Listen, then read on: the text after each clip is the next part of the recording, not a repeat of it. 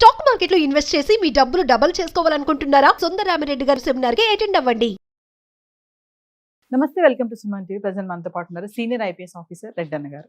నమస్తే సార్. నమస్కారం అండి. సార్, నందూస్ వరల్డ్ స్కామ్ మనం ఆల్రెడీ చాలా వీడియోలో మాట్లాడుకున్నాము. అంటే cos, certificate of sponsorship visa పేరుతోటి చాలా మందిని వాళ్ళు మోసం చేసి డబ్బులు తీసుకుని వాళ్ళని మళ్ళీ తిరిగి వెళ్ళిపోయారు. వచ్చిన వాళ్ళకి అక్కడ ఉద్యోగాలు దొరక్క మళ్ళీ వెళ్ళిపోయిన సందర్భాలు ఉన్నాయి. చాలా మంది బాధితులు కూడా మాట్లాడారు మీడియా ముందు కూడా. ఇప్పుడు వాళ్ళు మరి పరారీలో ఉన్నారని అంటున్నారు, కొంతమంది ఇండియా వచ్చారని చెప్తున్నారు.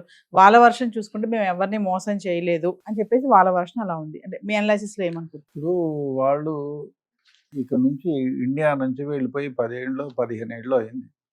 వాళ్ళకి బ్రిటిష్ పౌరసత్వం వచ్చింది. సో పాస్పోర్ట్ కూడా ఉంది వాళ్ళకి. సో వాళ్ళు ఏం చేశారంటే, కంపెనీ 2 కంపెనీలు అయితే వాళ్ళ పేరు మీద రిజిస్టర్ అయి ఉన్నాయి. యాక్చువల్గా కూడా నెట్లో చూస్తే 2 కంపెనీలు ఉన్నాయి. కంపెనీలో ఎంప్లాయీస్ పేర్లు కూడా కొన్ని ఉన్నాయి. కానీ కంపెనీ ఏం పని చెయ్యదు.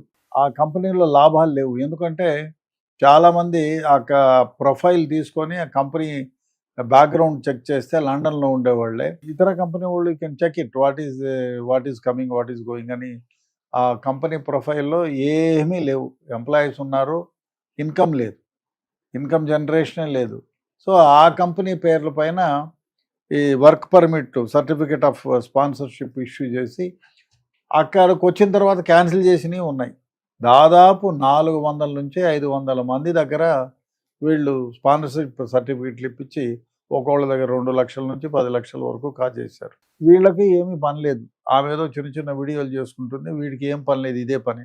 ఇది ఎట్లా ఇంతమంది 400 నుంచి 500 మందిని ఎట్లా పోగేసుకున్నారో, ఎట్లా మోసం చేశారు అనే దానికి కొందరిని మీడియేటర్స్ని అపాయింట్ చేసుకున్నారు. మీడియేటర్స్ని అపాయింట్ చేసుకొని మీకు లండన్లో జాబ్ వస్తుందని కొన్ని ఛానల్స్ ద్వారా పెట్టుకొని మీరు how to get a job అని చెప్పి అందరినీ కూడగట్టుకొని ఒక యాప్ తయారు చేశారు. ఆ యాప్లో దాదాపు 1500 దాకా మెంబర్షిప్ ఉన్నారు. ఆ మెంబర్షిప్లో ఉండేవాళ్ళు కొందరు, బ్రోకర్ ద్వారా కొందరు. అందరూ ఏం చేశారంటే, మీకు లండన్లో మంచి జీతము, మీకు ఏమీ అవసరం లేదు, మీకు బ్రహ్మాండమైన జీతాలు, ఇక్కడ ఏదో మీరు 40,000కి 30,000కి 20,000కు దిగిలాడబడాలి, పొద్దున వెళ్తే రాత్రి వరకు ఊడిగం చేయాలి, మీకేం లేదు, 5 లక్షలు అన్ని ఖర్చులు పోను అన్నీ వాళ్ళే పెట్టుకుంటారని చెప్పడం. వీళ్ళు ఏదో పొలవమని డబ్బులు కట్టడం.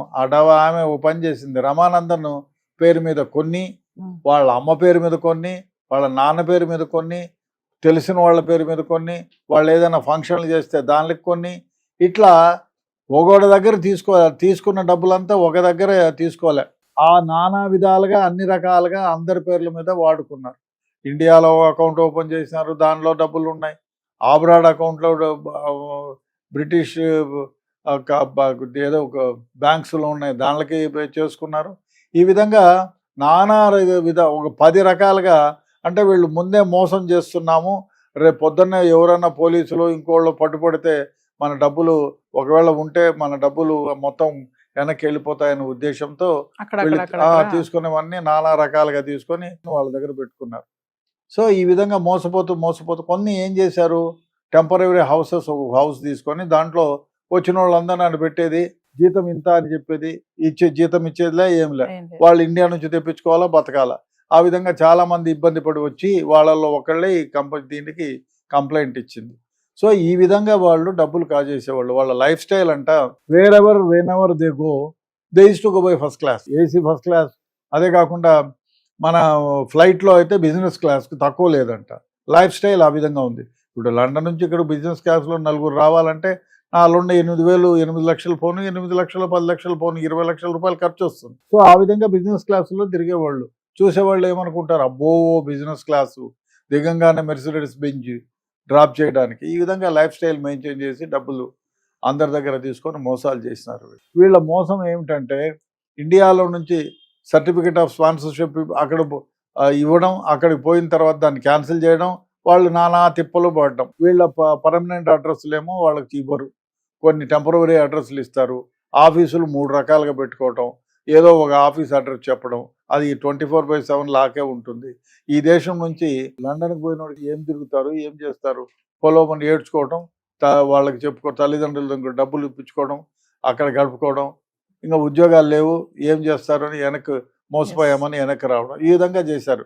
చాలామంది దీంట్లో పడి మా ఆరోగ్యాలు ఎందుకు నాశనం చేసుకోవాలా, ఈ అమ్మ పోతే పోయింది 4 లక్షల రూపాయలు, మళ్ళీ పోలీసు కంప్లైంట్ ఇచ్చి కేసులు ఎందుకు తిరగలేదు, ఉద్యోగం ఏదన్నా ఒకటి సంపాదించుకుందామని తిరిగిన వాళ్ళు చాలామంది. సో పోగొట్టుకున్న వాళ్ళలో కొందరు మాత్రమే కంప్లైంట్ ఇచ్చారు.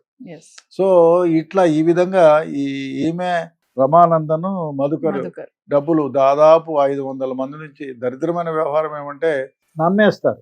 వాట్సాప్ లో చెప్తే తెలుగు వాళ్ళు తెలుగులో చదువు మాట్లాడతారు, మీకెందుకు ఇక్కడ వచ్చేయండి అంటారు. వాడికి ఒక 10 మంది ఫేక్ వాళ్ళని తీసుకొని నాకు 2 లక్షల జీతం ఇస్తా ఉంది, నాకు 5 లక్షల జీతం వస్తూ ఉంది అని చెప్పి వాళ్ళు ఏం చేస్తారు, అడ్వర్టైజ్మెంట్లు. సో ఆ ఫేక్ మనుషులను పెట్టి వీడియోలు చేయించడం, ఆ విధంగా ఫేక్ వాళ్ళ ద్వారా ఇంట్రడ్యూస్ చేయడం. అక్కడికి వెళ్ళిన తర్వాత అక్కడ ఏమి జాబ్ లేదు, ఏం లేదు, ఒక రూమ్లో కూర్చోబెడతారు. ఒక 2 రోజులు 3 రోజులు వారమో నెల, లేదు అంటే హోటళ్ళల్లో చిన్నదాంట్లో పనులు ఇప్పించడం. ఆ హోటల్ వాళ్ళు వీళ్ళకి పే చేస్తారు, వాళ్ళేమో తిన్నదానికి డబ్బులకు కూడా ఇవ్వకుండా ఇబ్బంది పెట్టిన సందర్భాలు ఉన్నాయి. ఆ విధంగా వీళ్ళు చాలామందిని మోసం చేసి డబ్బులు కాజేసి వాళ్ళ కంపెనీ ఉందని చెప్పి సర్టిఫికెట్ ఆఫ్ స్పాన్సర్షిప్ పేరు మీద మోసాలు చేసినారు. దీనిపైన కంప్లైంట్ ఇచ్చిన తర్వాత మన వాళ్ళు ఇండియన్ పోలీసు సిబిఐ ద్వారా వీళ్ళు ఏం చేశారు, ఇంటర్పోల్ని అలర్ట్ చేసి రెడ్ కార్నర్ నోటీస్ ఇష్యూ చేశారు. ఇంకా రెడ్ కార్నర్ నోటీసు వాళ్ళకి చేరి వాళ్ళు అరెస్ట్ చేసి ఇండియాకి తెస్తే అక్కడ కూడా కంప్లైంట్లు చేశారు. పోలీసులు యూకేలో కంప్లైంట్ చేశారు. సో అక్కడ ఎఫ్ఐఆర్ కట్టి తర్వాత వాళ్ళు సోర్సెస్, వీళ్ళు డబ్బులు పే చేసిన సోర్సెస్ ఉన్నాయి కదా, ఆ సోర్సెస్ అన్ని చూసుకొని డెఫినెట్గా వాళ్ళు టైం పడుతుంది. ఇక్కడ వాళ్ళని ఇంకా తీసుకురాలేదు, ఇండియాలో రాలేదు. ఇండియాలో వాళ్ళు బ్రిటిష్ పాస్పోర్ట్ మీద కూడా ఇండియాకి వచ్చినా కూడా they will be arrested. They will ఎయిర్పోర్ట్లోనే వాళ్ళని డీటైన్ చేసి తీసుకొస్తారు. కాబట్టి తప్పించుకొని రావడానికి వీలే లేదు.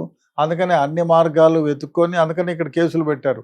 ఇంకో దరిద్రమైన వ్యవహారం అంటే ఎవరికో ఒక పెయిడ్ మనిషికి పెట్టి వీడియోలు చేసేది అలవాటు ఆమె వైఫ్కి, రమానందన్కి.